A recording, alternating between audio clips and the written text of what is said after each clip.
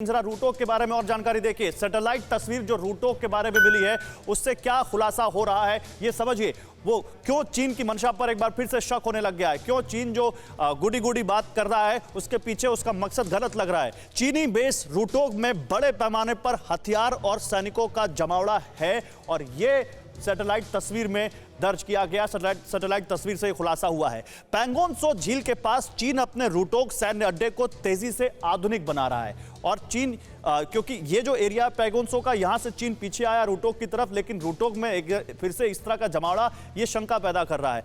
रूटोक से चीन बड़े पैमाने पर सैनिकों और हथियारों को पैंगोंग से झील के पास तुरंत भेज सकता है, तुरंत।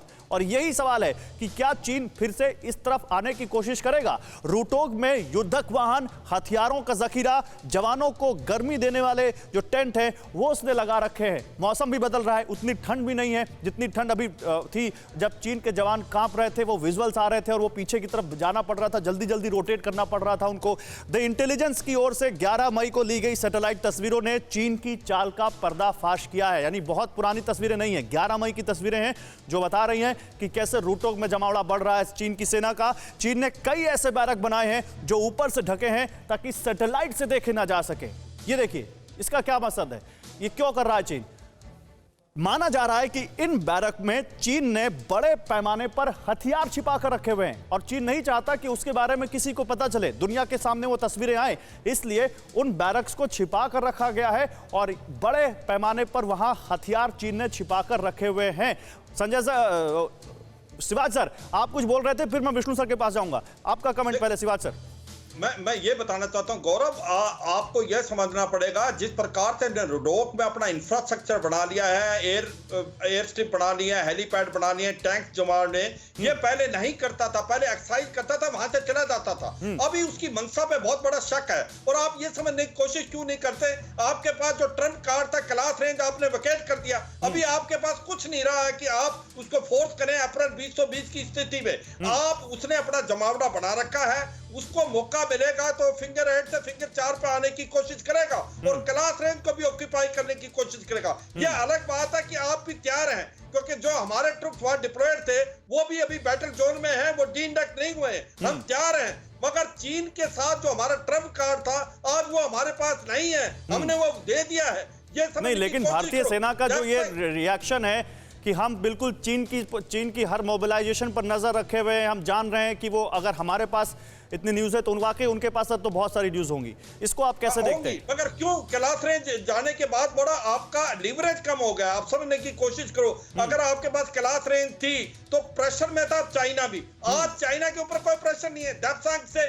वैकेट करेगा नहीं करेगा ये अभी मैं डेप्सांग वाले मुद्दे पर आना चाहता हूं। विष्णु सर, जो ये बात हुई थी और जिस तरह से पहले फेज में भारत और चीन की सेना पूर्वी लद्दाख से पीछे आई थी, ऐसा लगा था कि वो बर्फ अब पिघल रही है। भारत और चीन चाहे इतनी दौर की बातचीत के बाद नेगोशिएशन किस लेवल पर हुई है तो पता नहीं, लेकिन फिर भी आ रहे हैं पीछे और ऐसा लगा था कि अगले फेज में देपसांग, हॉट स्प्रिंग या गोगरा, यहां से भी चीन पीछे आएगा। वो तो दूर सर, अब तो पूर्वी लद्दाख की तरफ फिर से बढ़ते वो दिख रहे हैं, वहां बढ़ सकते हैं या उनकी मंशा पर सवाल उठ रहा है। इसको कैसे देखें? गौरव जी बिल्कुल ठीक कह रहे हैं। चीन वो देश है जिसके मुंह में राम राम और बगल में छुरी है, तो ये इनका रवैया है, ये हम सब जानते हैं, इन पे विश्वास नहीं किया जा सकता। और ये हर एक संकट का फायदा उठाते हैं। जो संकट लोगों के लिए होता है, इनके लिए अपॉर्चुनिटी होता है, मौका होता है, उसकी तलाश में रहते हैं। और इनके वायदों का कोई भी मायना नहीं है, ये हम सब जान गए हैं। पर ये जो अभ्यास हो रहा है, ये जैसे बाकी मेरे साथियों ने कहा, ये हर साल हो रहा था। दूसरा, जो इंफ्रास्ट्रक्चर एलएसी पे बन रहा है ये अभी शुरू नहीं हुआ है। ये जब से यहाँ पूर्वी लद्दाख में हालात बिगड़े हैं तब से ये लगातार इंफ्रास्ट्रक्चर बना रहे हैं। तो कई बार ये देखा गया है कि ये कहते कुछ है करते कुछ है। अगर अंदेशा ये दे रहे हैं कि ये कुछ सीधा दाएं जाएंगे तो ये बाएं जाएंगे, तो इनके बारे में कुछ भी कहना असंभव है। पर जो दो चीजें सिर्फ मैं कहूंगा गौरव जी, एक तो हमको इस बार ये चौंका नहीं सकते क्योंकि पिछली बार हमको चौंका दिया था।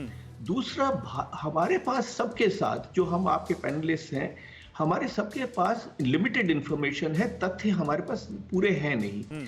जो सरकार है उनके पास पूरे तथ्य हैं और जो जहां तक मुझे पता है कैलाश हाइट में हम eye ball to eye ball contact पे थे। ये हेयर ट्रिगर अलर्ट था और कोई भी हादसा होने की संभावना थी। तो इसलिए जरूरी समझा जाता था कि इससे पहले कम्युनिकेशन गैप के कारण कुछ हादसा हो जाए हम उसको डिफ्यूज कर दें। पर ये नहीं है कि हम ऐसे ही बैठे हुए हैं, हमारे पास प्लान बी सी है। और मैं यही पूछ रहा था प्लान बी सी के बारे में कि भारत के पास भी कोई अपना प्लान बी है क्या? सर, इस पर आऊंगा मैं। फिक्र आपकी, सोमवार से शुक्रवार रात 9 बजे सिर्फ TV9 भारतवर्ष पर।